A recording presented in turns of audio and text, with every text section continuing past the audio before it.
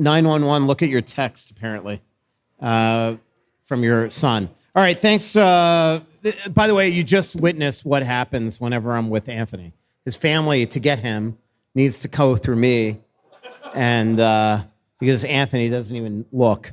So, big time. I don't even have it on vibrate. It's just off. Yeah. It's just. I'm in the middle of a show. They should know better than to reach out. By the way, you know what the 911 in most families means an emergency? Follow up. Vinny needs him to pick a wine for him at dinner right now.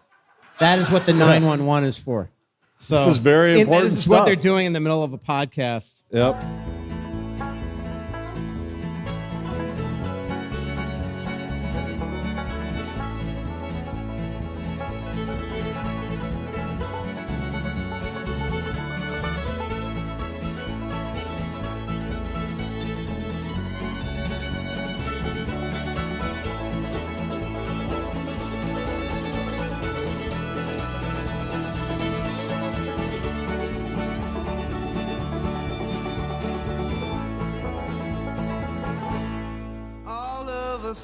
Welcome back to Worst Seats in the House. Mike Russo, Anthony LaPanta, joining you on a very, well, now it's nice, but it was a rainy day up here in Wyoming. It was a great day. It rained after I got off the golf course and before I came to the podcast. That's perfect timing. We're up at Splitrocks. Thanks, as always, for coming on out. We have, this is our last show of the month, and then we'll do one right after free agency, and then we'll definitely do a live show in Europe. So we will be doing at least one live show in July, but you have to come to Nice, France to see it. If you come to Portofino, we'll let you hang around for it. Exactly. So I did get one message today because obviously, you know, there's a lot of stuff going around with the Wild right now, trades and free agency and all that stuff. But somebody that's over in Europe right now, mutual friends of ours, Brian and Karen, Brian sent me a text, wants to know that Karen is wondering who the Wild are going to draft with their 4th round pick. Wants me to ask you, Anthony. Tell her I'll text her later. That is going to be the intrigue of the draft, who the Wild get in the 4th round. So obviously huge week in the National Hockey League. Today, Gary Bettman announces that they're starting the overtures for expansion and that Houston or Austin is on the docket. And they will be exploring that over the next 6 months, and that the investment plan would be $3.5 billion. That would include a new arena plus expansion fee.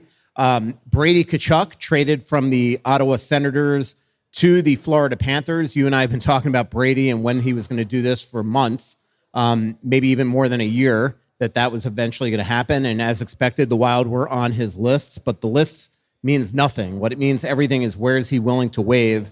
The Wild made their offer the equivalent of 4 first-round picks, I'm told by sources.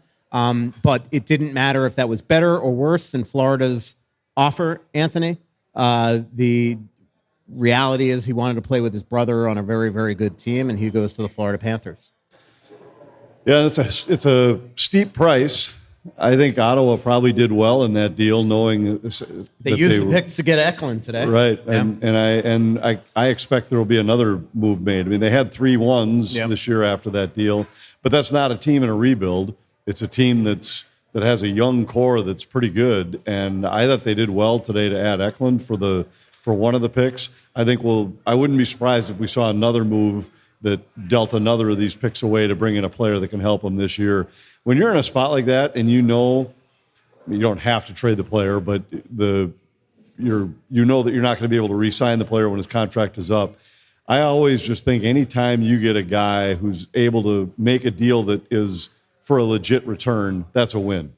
And, you know, it was what Carolina was able to do when they got rid of Mikko Rantanen. It was what Colorado did when they got rid of Mikko Rantanen. And in this case, I think it was a terrific deal. It was what Bill Guerin did well when he had to trade Kevin Fiala on a smaller scale. But those are the kind of deals that can really speed up a turnaround and recovery process for a franchise. Yeah, and Ottawa doesn't feel like they're in a rebuild mode, so they clearly plan to use that picks. And that's why even though the Wild offered a warm body, a really, really good young player in their offer to Ottawa, I believe, what they didn't have were the 2 picks this year, including the number 9, and that's what Ottawa was able to use to accelerate this. So, while on paper, let's just say it was 3 firsts and a body, that might be better than what they got. The 9th pick and the 25th this year is what changes that trajectory. Anytime you push the pick a year down the road, it loses value. I still think that, and you and I have talked about this a lot because we've talked about Brady a ton, and you said that you would not trade for Brady if you had that opportunity. I think the Wild essentially made their package because they knew that Brady was, that they were on Brady's list of 4, which the other teams were Vegas, very interestingly, Carolina, and obviously Florida. But I think in the end of the day, this is going to wind up being a better thing for the Wild because they need a center, and this would have absolutely taken them out of Dylan Larkin or any centers in the future, because as we've talked about over and over again, they're really down to a precious few assets here. The question is, what can sway Detroit to make this deal? I don't know if anything can sway them right now. I mean, right now, Steve Yzerman has not tipped his hand at all on whether or not he's willing to accommodate Dylan's trade request now, or if he's going to make him sit for a couple months. And in doing that, you're making teams that want him sit for a couple months. And the Wild need to do their business here coming up here very, very shortly. But the Wild have made a similarly huge offer for Dylan Larkin. Right now, from what I understand from multiple sources around the league, the Wild are talking to Yzerman continually every single day, multiple times a day. I still wonder if a three-team trade is what is going to be able to push this over the top, because right now, if Steve Yzerman isn't willing to pull the trigger on what the Wild are to offer, you've got to figure out what his criteria is and then work with other teams to try to meet that criteria. It is clear that Dylan Larkin is the guy. I don't think, if they don't get Dylan Larkin, I don't think there's another center that right now is on their docket that they're going to trade for, and that includes Vincent Trocheck. I think they'd prefer to either wait to see if Dylan Larkin can be shaken from the trees later this summer, or they just go into next season and continue to search like they did with Quinn Hughes. Maybe an Austin Matthews eventually does get dealt. There's going to be other centers in the future. I don't think they're willing to give up a first and say Urov or something for Vincent Trocheck. I think if they don't get Dylan Larkin, I think they wait.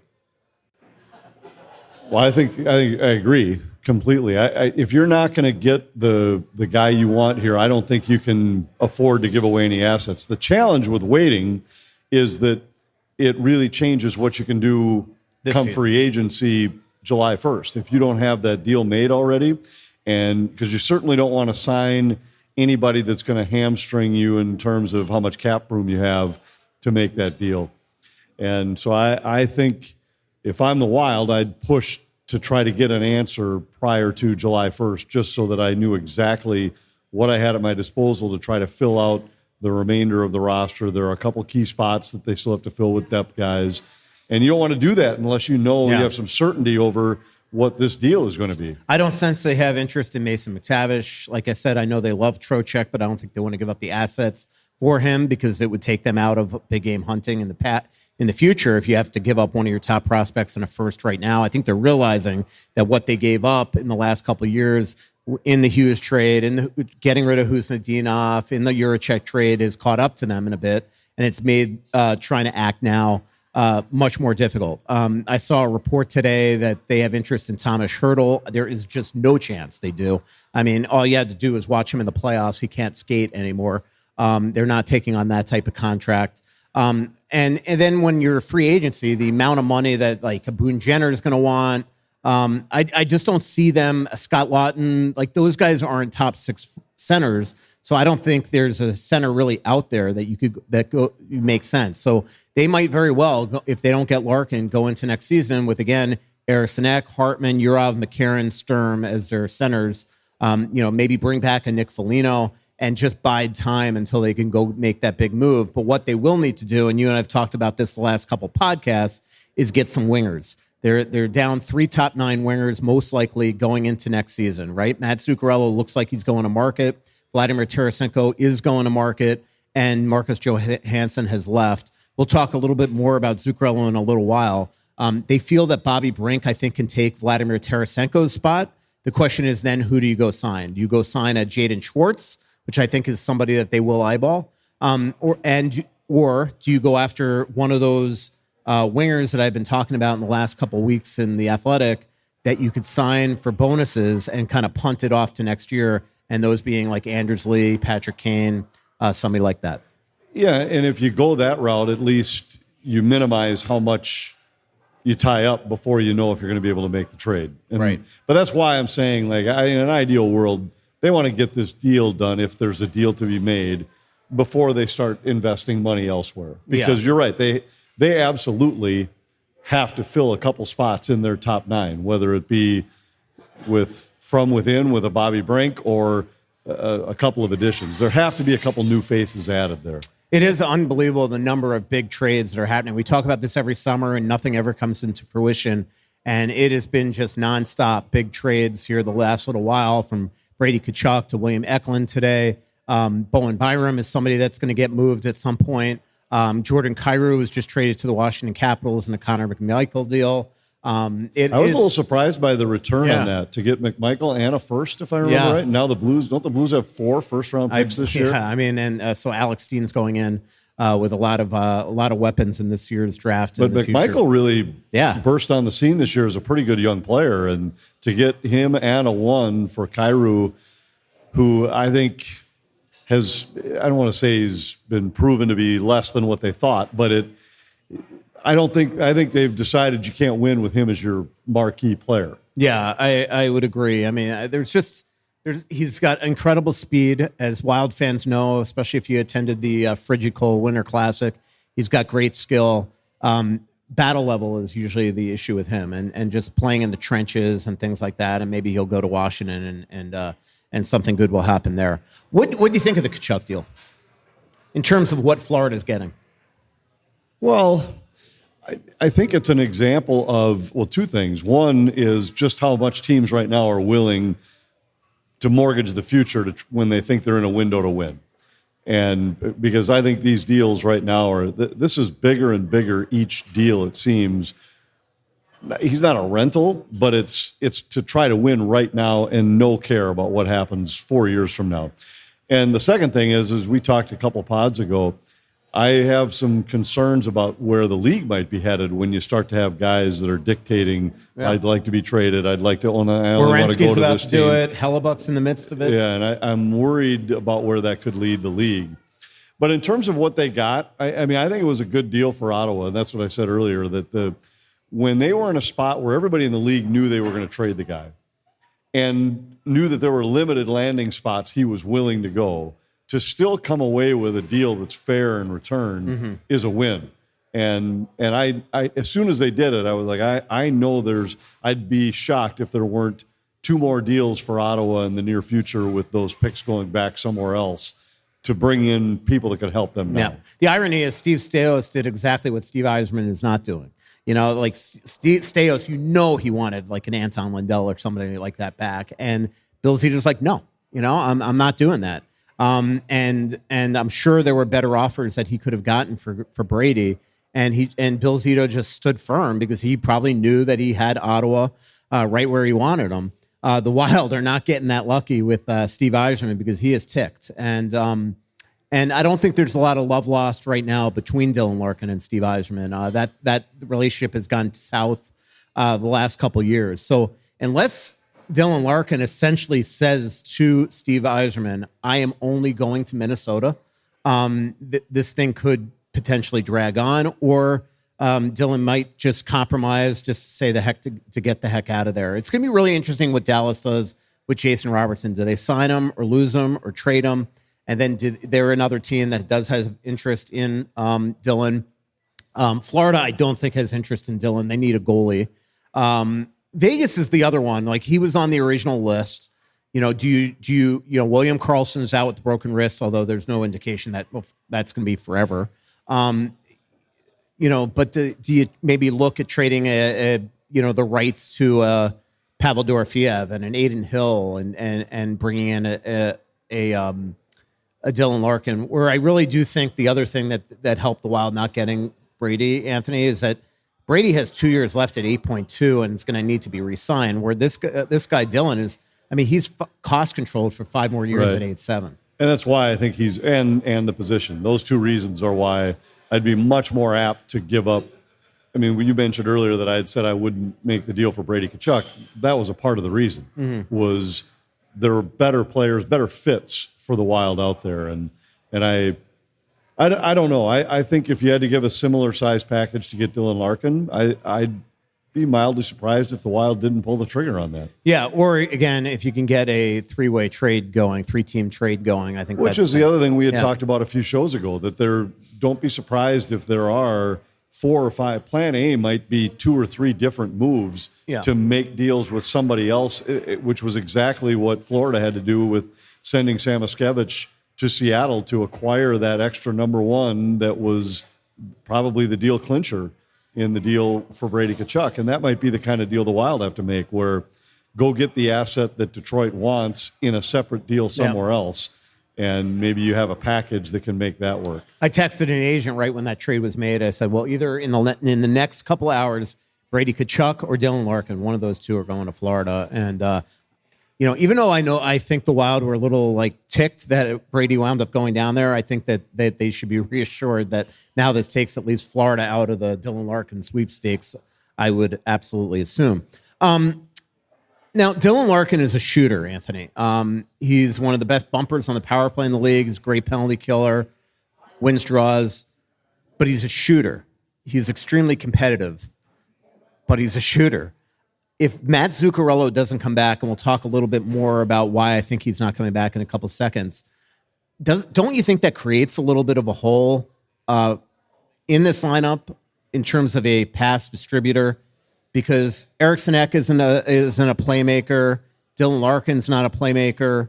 And again, as we always talk about, Billy Guerin always says, well, Mats Zuccarello kind of drives that line like a center on the right side. But if you don't have a winger in that position that could do that, now is this really going to help Kirill? Well, he's got talent, and he's a better playmaker than any of the centers they have, even though he might be a shoot-first guy.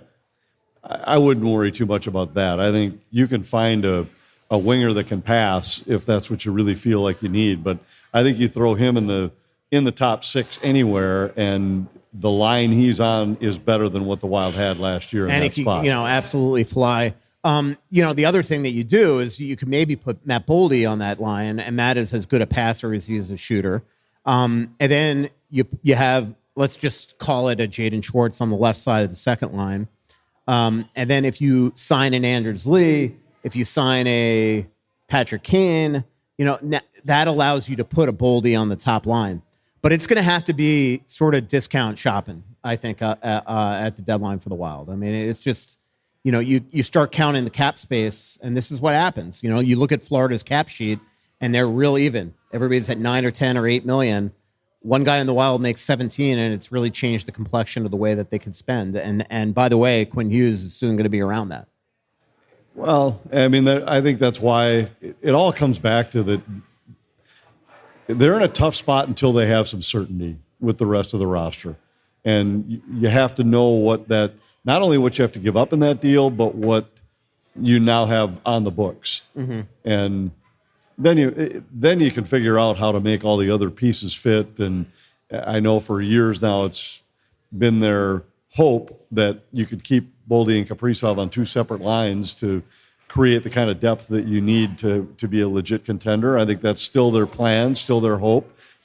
But let's not forget, you still have to find the wing that takes the spot on the Eriksson Ek and Boldy line as well. So there's just a number of pieces they still have yet to fill in, and I think it would be a lot easier to do that, a lot easier to plan for that if you knew what the trade might be or the potential trade would be. Do you, you brought up the fact that we're in this new world of the National Hockey League that guys are essentially saying, I want out. They're taking their no moves that were negotiated in to keep caps down, but now they're the ones weaponizing it, so to speak.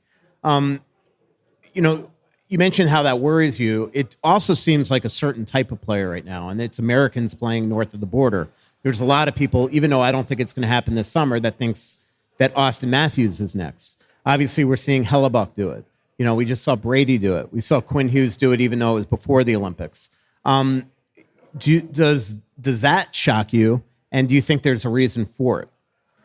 Well, it doesn't shock me because it's happening, but I think it's too much to be a coincidence. Yeah. And after the Olympics this year,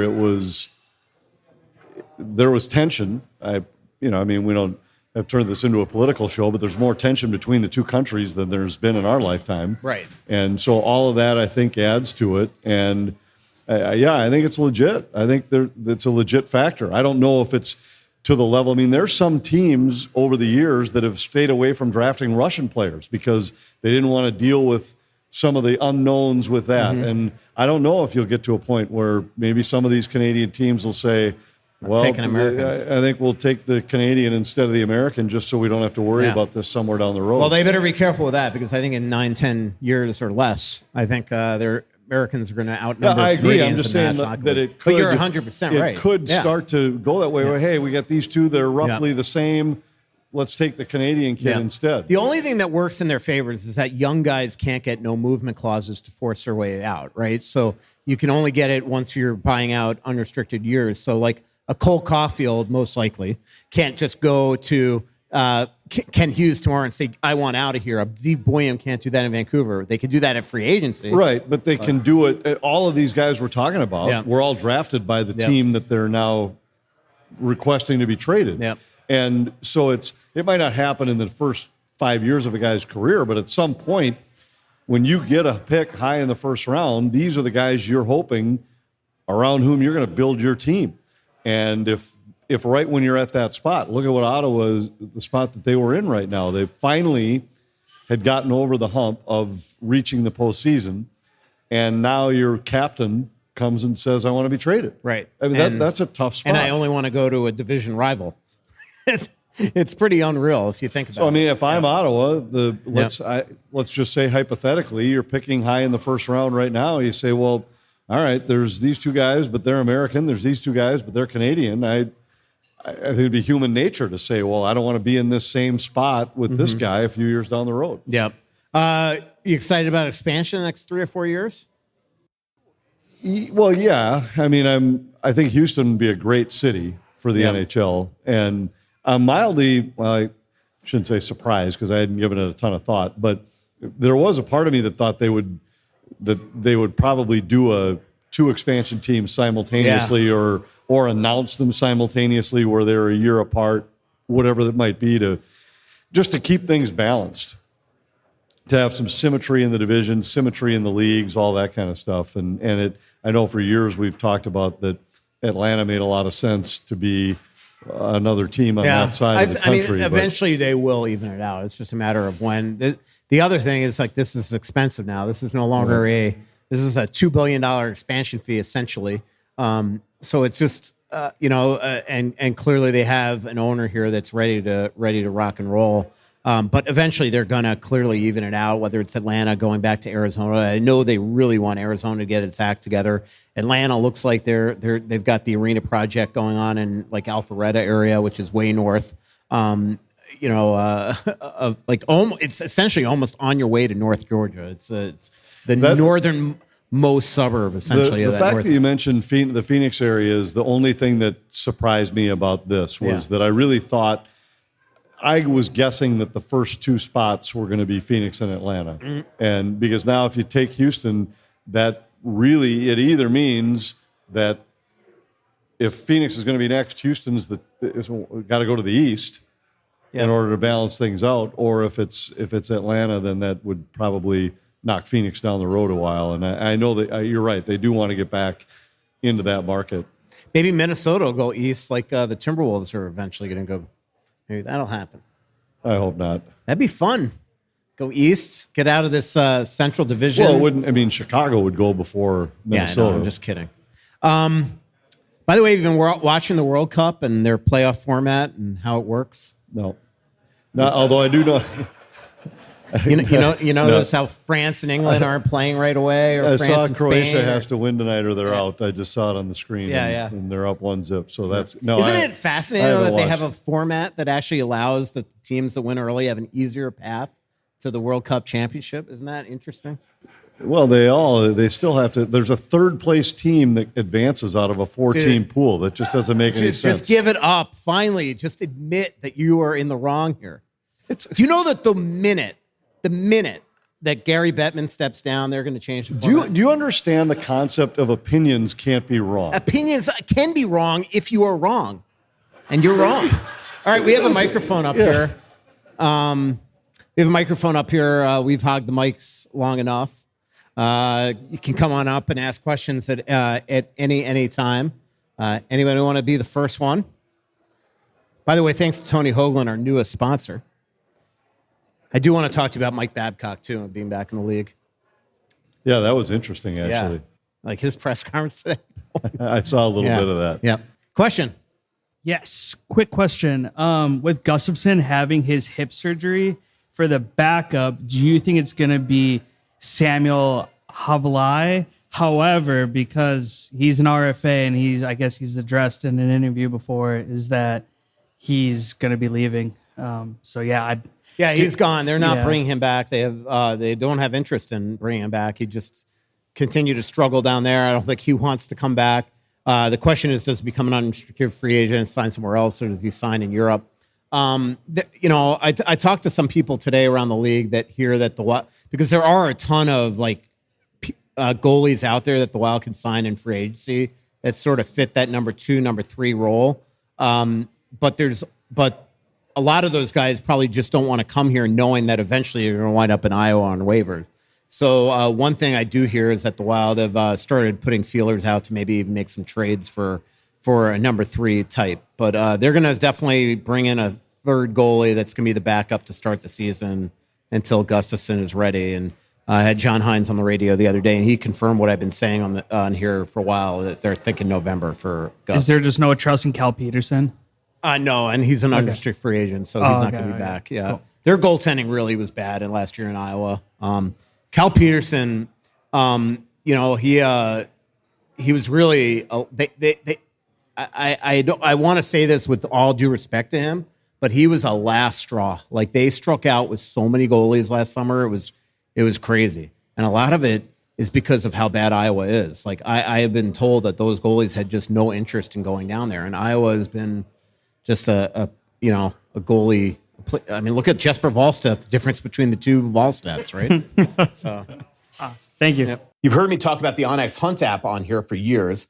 Well, make sure you download the Onyx Fish app as well, because before you even pull the boat out of the garage, you can sort lakes by species, trophy potential, and keeper potential, so you're not just guessing and you're going out with a plan. You could also use the Onyx Fish app to filter walleye, bass, panfish, whatever you're chasing, and see species abundance and size data so you actually know what's in the lake before you launch. Everything you need to get there and get on fish is all in one app. Boat ramps, lake access points, public versus private land, points of interest like bait shops and camping. It's all built into the app. No more scrambling around 3 different apps or outdated reports.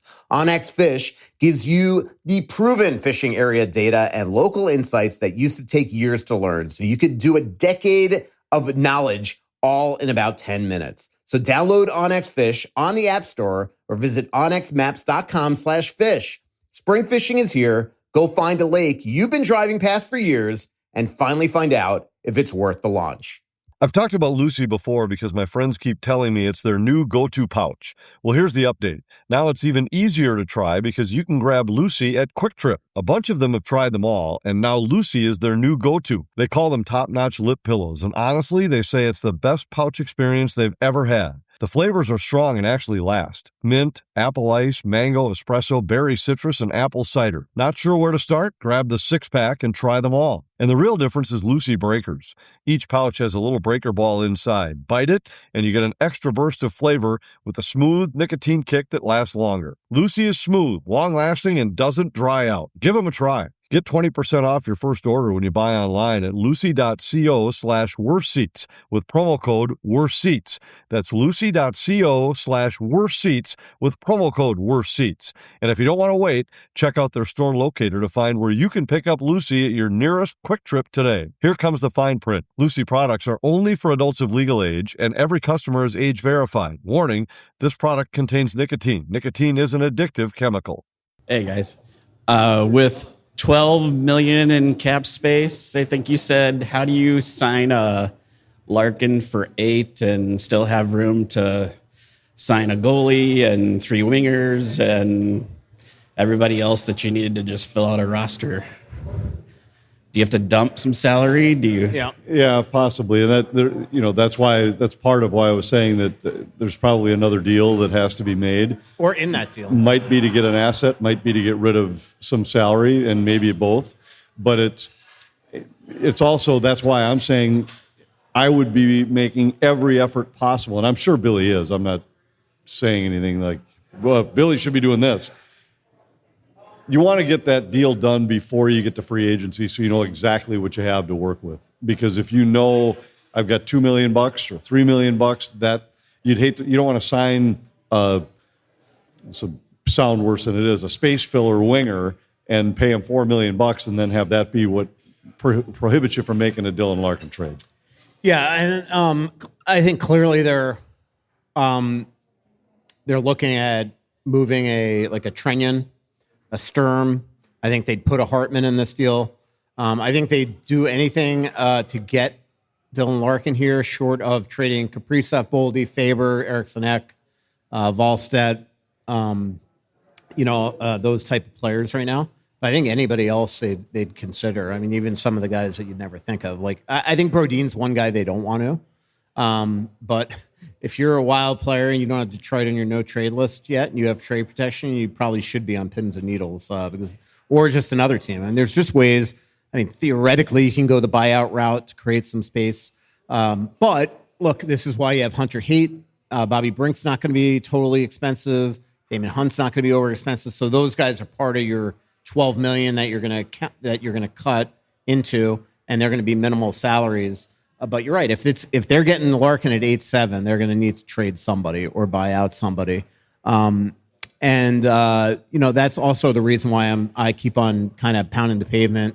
I know fans don't want 35-plus-year-olds here, but it is a way to lessen the pain now, where you can sign like a Patrick Kane for $2 million, but give him $4 million in bonuses, and if he hits it, that would count on next year's cap. Now, the Wild don't want to sign too many of those or get overboard, because next year they're going to be tight to the cap, even though it's going up to 114. Is it 113 and a half? Yeah.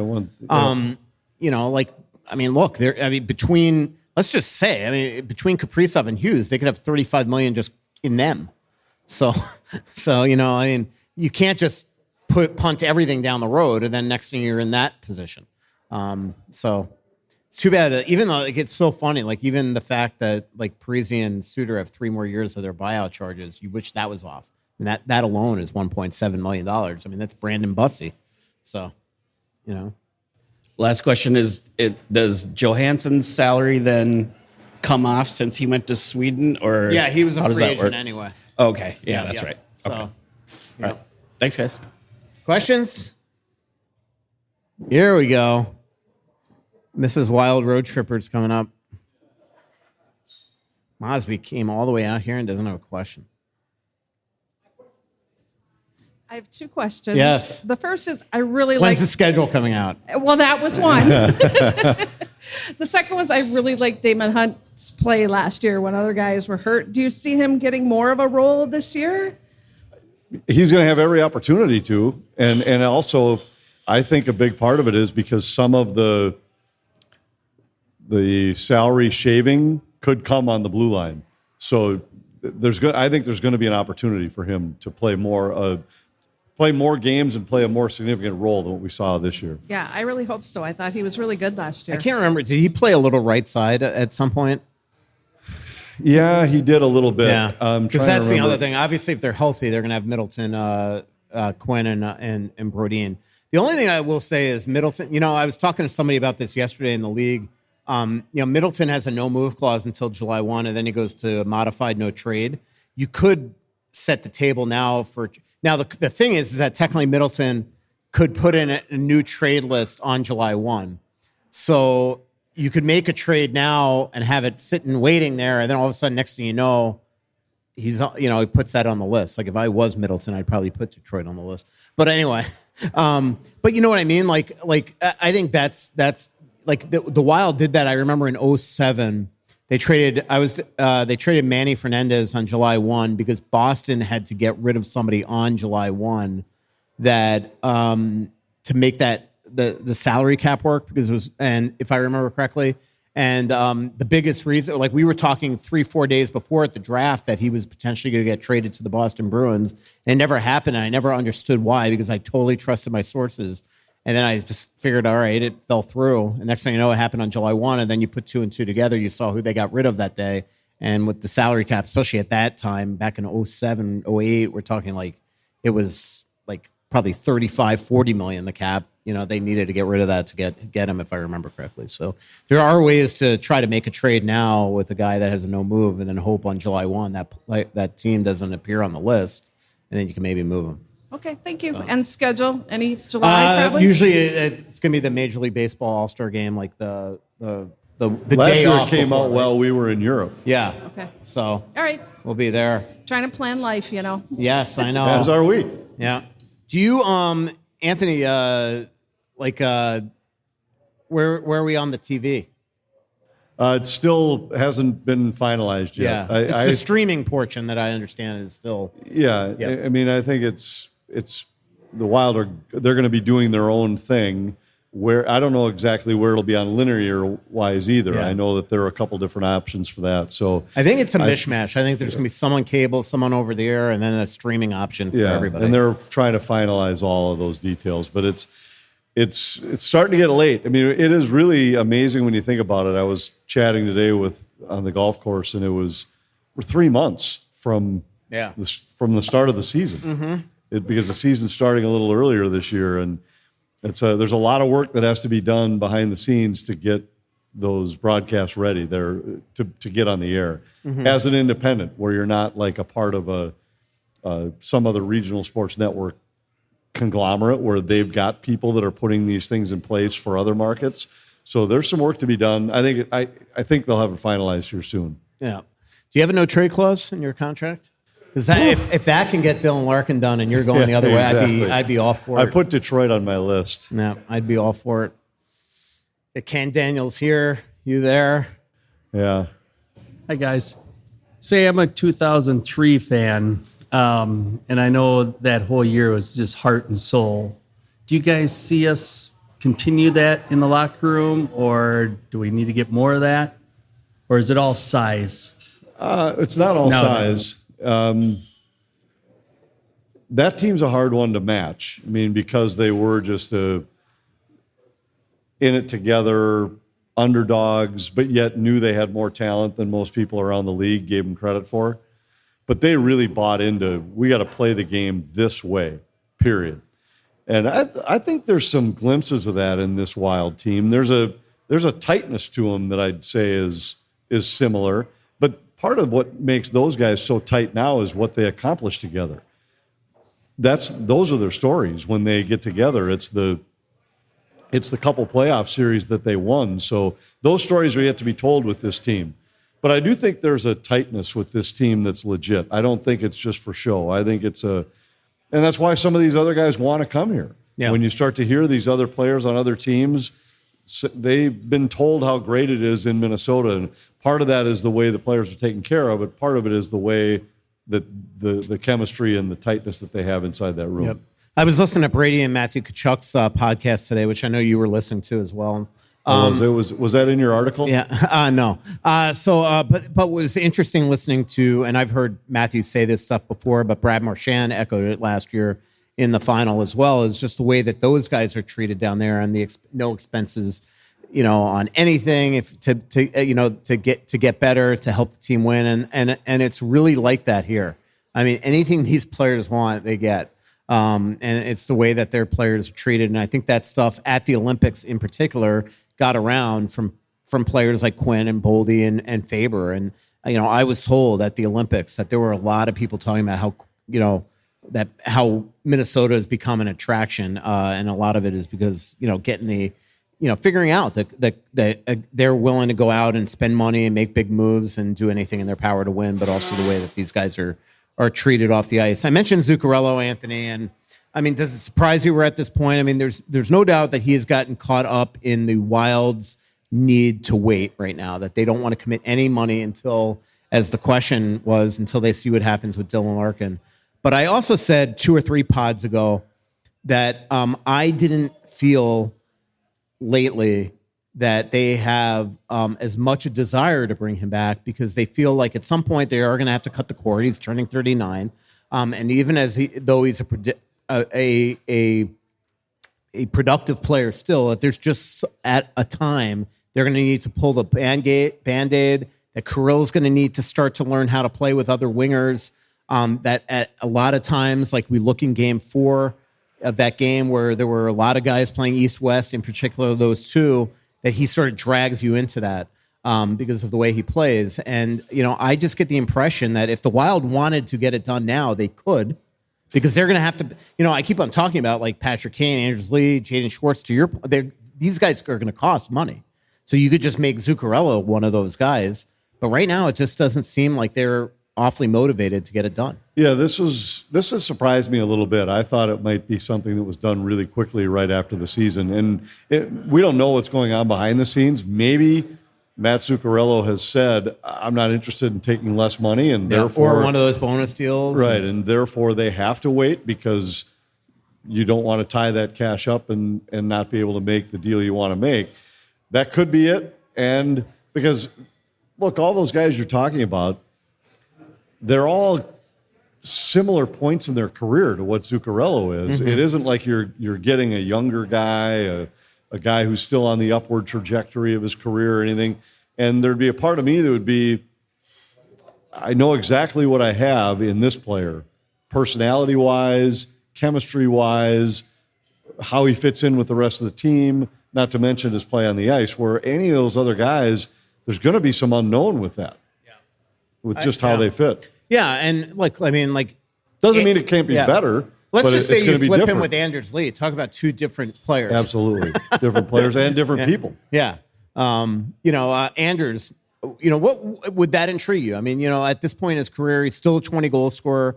What's interesting, though, is he probably wouldn't be on the number 1 unit, right? He'd be on the number 2 if they're healthy, because let's just say they trade for Larkin. You have Larkin, Eriksson, Boldy, Hughes, and Kaprizov on your number 1 unit. Even if they don't get Larkin, Eriksson is your net front guy. So I would think you would need more of a flank type player as your other number 1 guy to make it all work. I think, Lee would go on the 2nd unit. So where do you see it?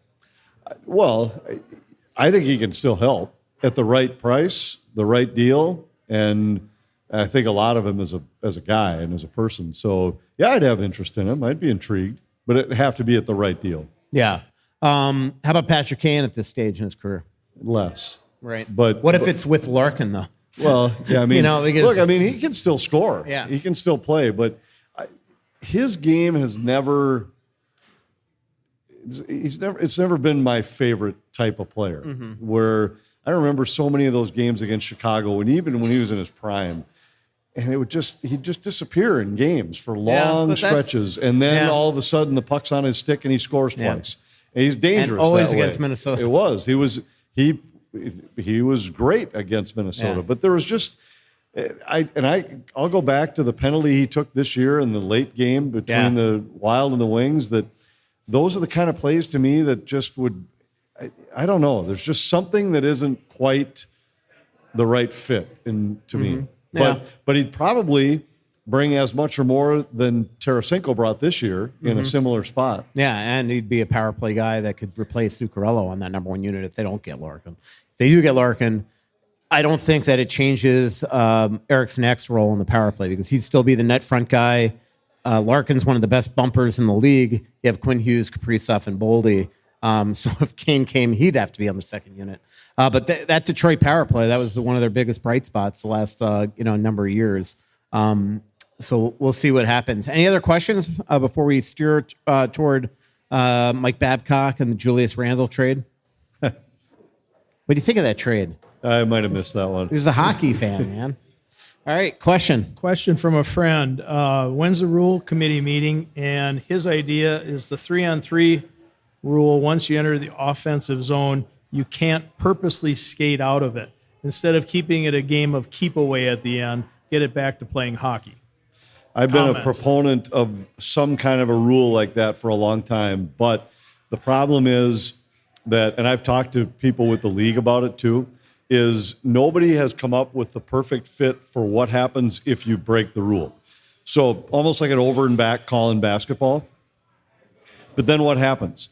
Is it a face-off? Is it do you just give the other team the puck like a pickup game where you just throw it to them and keep playing? Because if it's just a face-off, there's going to be guys who do it on purpose and say, all right, I'm about to give away a breakaway. I'll just carry it outside the zone and we'll have a face-off. They don't want more whistles.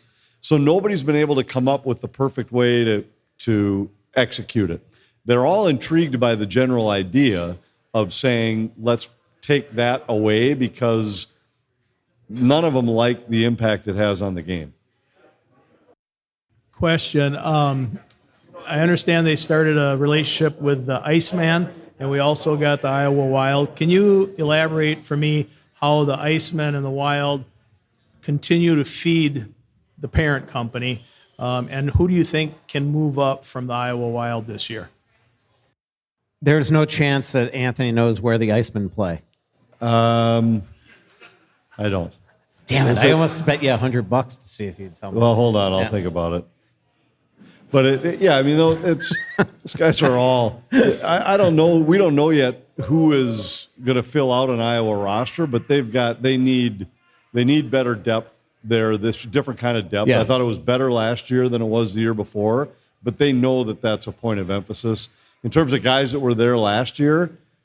Yeah, I don't know who could come up and make a significant impact. Yeah, I think Hunter Haight has a shot to make. Haight's the team. got a shot, and maybe, we saw Lambos briefly this year. Yeah. I think he's down the list. It is interesting to me that Spacek's willing to come back, and maybe it's because he knows Juracek's gone, so he's moved up the rung. They don't have look, Bogosian's, if they bring him back, he's oft injured, so maybe Spacek just sees an eye opening, an opening there. He's eventually going to be of age where he becomes a Group 6 free agent, so maybe his agent has convinced him to come back.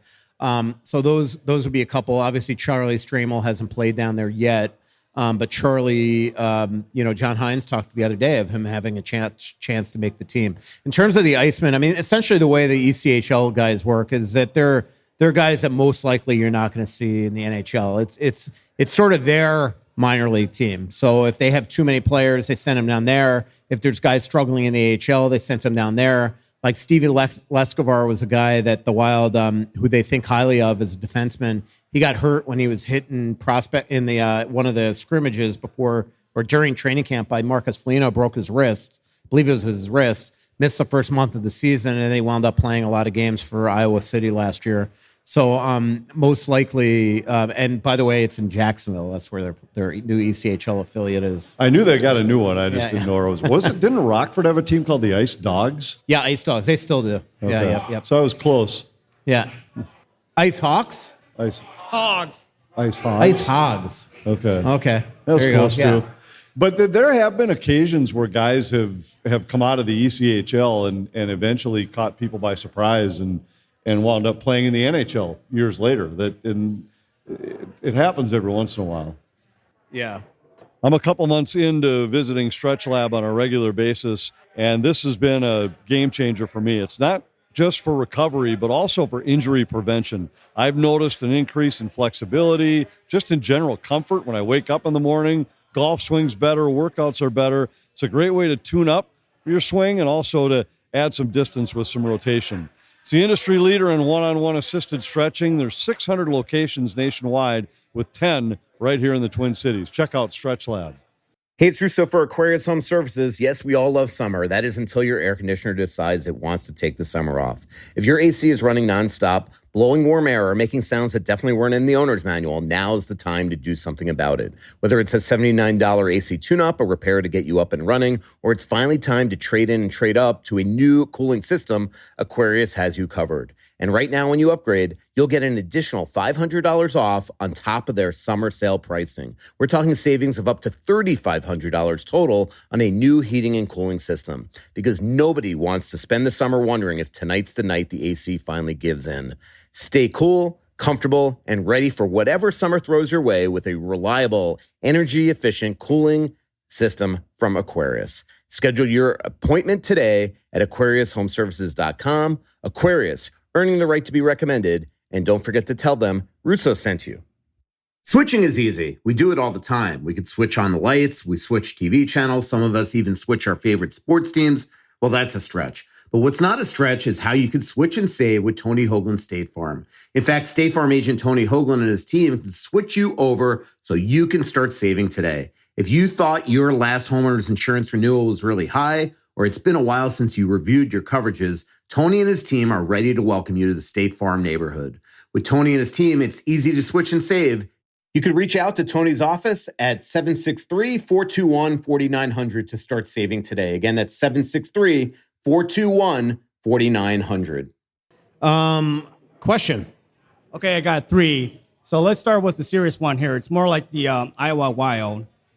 Is it just based on me or just personally? Because I think about when the Houston Aeros and you look at the Iowa Wild, you look about the pipeline and you see there's kind of like almost like a regress here. Like in the Houston Aeros here, you had the pipeline that produced, the group that went on to 2016. Like you had Charlie Coyle, you had Jason Zucker, Grant Len, you even had Justin Harding Fontaine? too. Yeah, Or Josh Harding. Harding too here. So, like, past few years here, you have to. Aren't you a little bit concerned about the Iowa Wild? Because I remember a few years ago, Merrick, when he said on his podcast, that, when the Wild did that draft, they committed a heist with all the draft picks. But now you look at down the pipeline after a few years that I don't think any other teams are interested in the prospect pools of what the Wild have. Yeah, I mean they've given up. I mean they've gone from like being the second best prospect pool in the NHL to now being near the bottom, but it's because they traded away a ton of guys.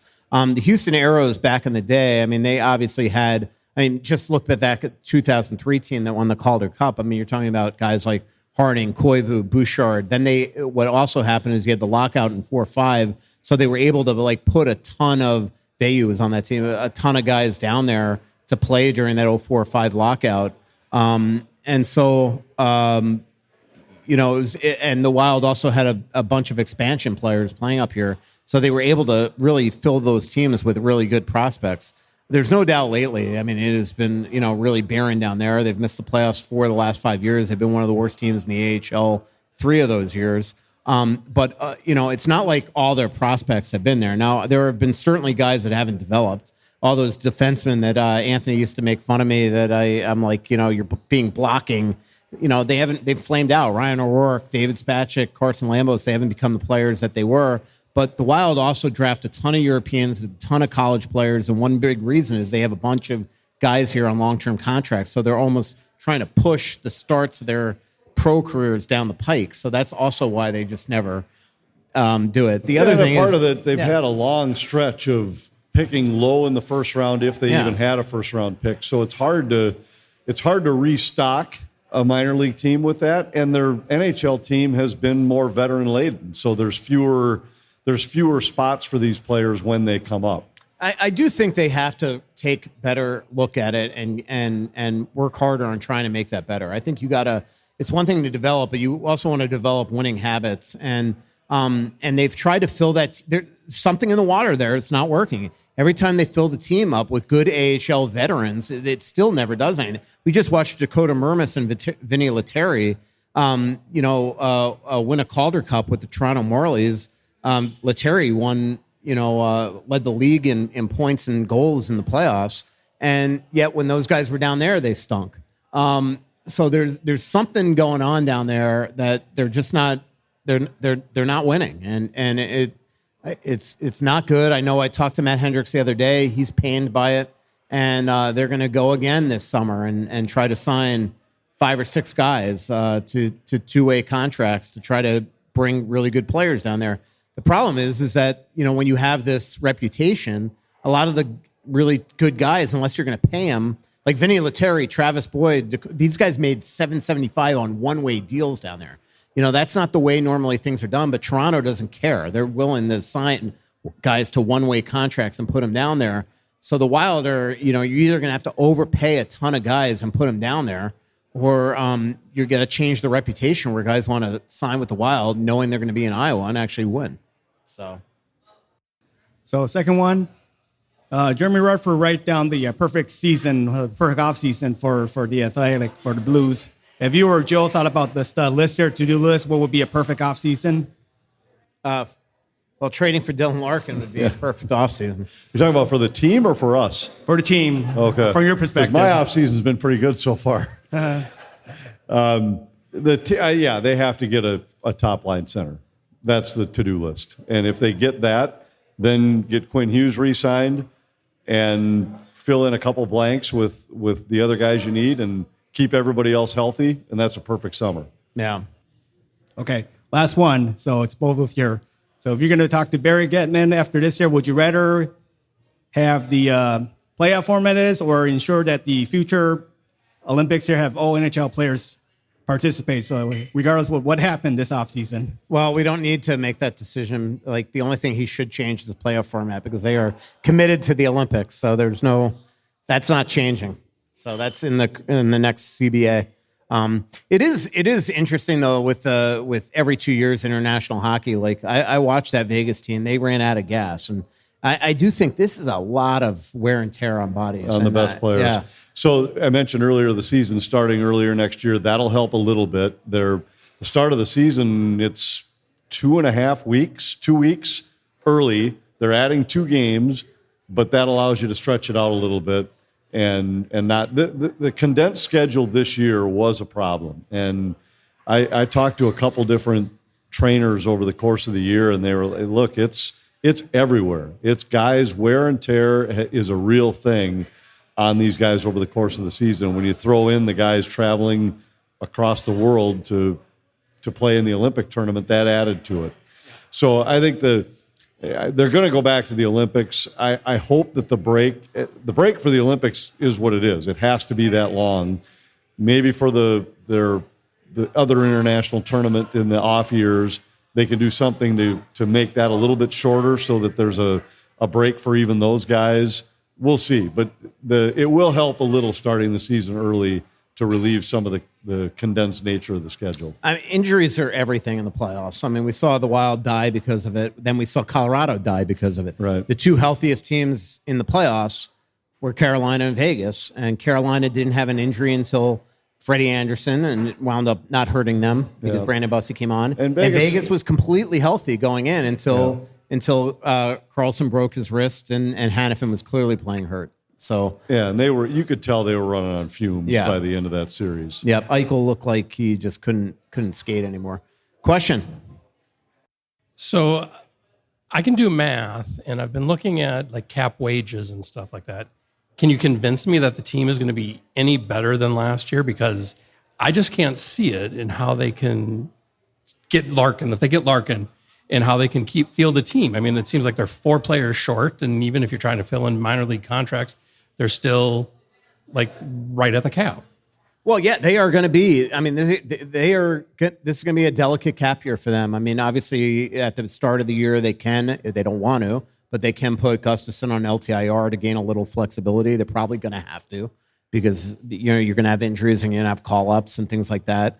But again, I mean, if they add Dylan Larkin, somebody is going out. Whether it's I think their ideal guy to trade would be Jakub Trenyan and getting rid of his $3.5 million, especially now that they have McCarron sort of offsetting that. They don't want to trade Hartman, but it could be a Hartman, which is, $4 million. Nico Sturm makes $2 million. You could always go the buyout route. You could always eventually trade Jake Middleton. Doesn't it almost have to be Brodin or Spurgeon? No. I mean, definitely not. I mean, if you trade, I mean, again, like they have $12 million right now. Hate's on a league minimum deal. Stramel's going to be close to $1 million.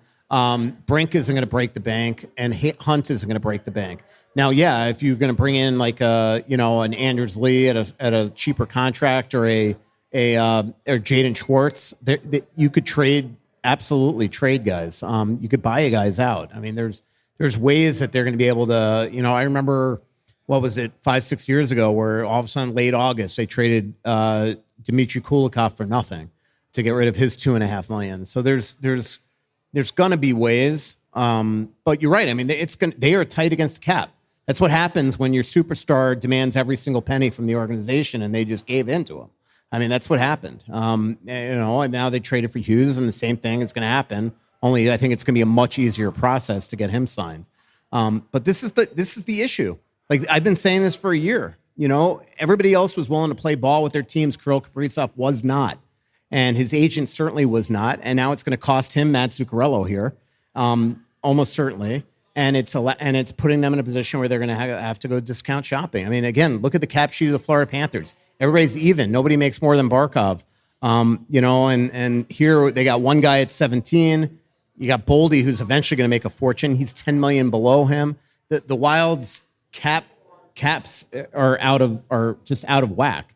Now in a year, Spurgeon's probably. I mean, he's definitely not making 7.5 if they bring him back. At some point, Brodin's going to move on. He's got 2 years left at $6 million. At some point, Foligno is going to have to move on or take a major haircut. So this is what happens when they, this is like when he turned down 16. I know that it's easy to say in hindsight, but when he turned down, look at what all these guys get on the in trades right now. I mean, Simon Nemec today was traded for first and second. There's all these guys like. When he turned down 16 last year, I mean, it's easy for me to say because I don't have a stake in it, but I would have been, that's it. I'm moving on from him. But instead, they gave him 17. And that's what it was all about for him. And he could say that he wants to win, but that's a sign of a player that has put the team in a position where it's making it very difficult for them to do that. Where Jack Eichel wasn't willing to do that. Connor McDavid certainly wasn't willing to do that. All these guys came in after. Under, I mean. So it's just my opinion. One last thing. If you're going to make the trade, what is the most likely trade to get Larkin? What are we going to have to give up? I mean, it's going to have to be the equivalent of 4 first-round picks. Yurov I would think, has to be in it. I know they'd love to throw in. Like, if I were Detroit, I'd be interested in a Trenyan or a Hartman because I think they got to get grittier. I think they're a soft team. And it's probably going to have to be future first-round picks. It's not easy, and I don't know if any of this intrigues him. Like, who knows what their scouts think of Danilo Yurov or Charlie Stramel? They might not like them. I think Yurov is going to be a great player, and I think that if you can get him, that'd be a heck of a move.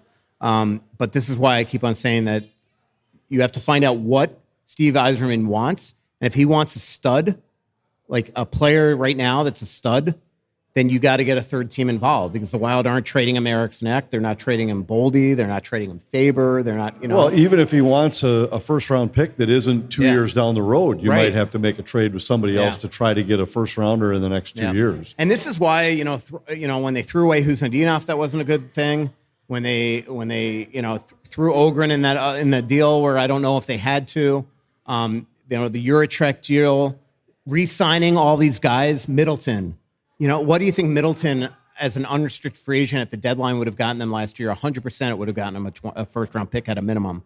Trading a Hartman a year ago, it would have gotten, like, this is what other teams do. But the Wild have, for years, fallen in love with their core and keep on re-signing them instead of using them as assets. And we're watching around the league today, first-round picks just going left and right and left and right and left and right. This could have been the Wild.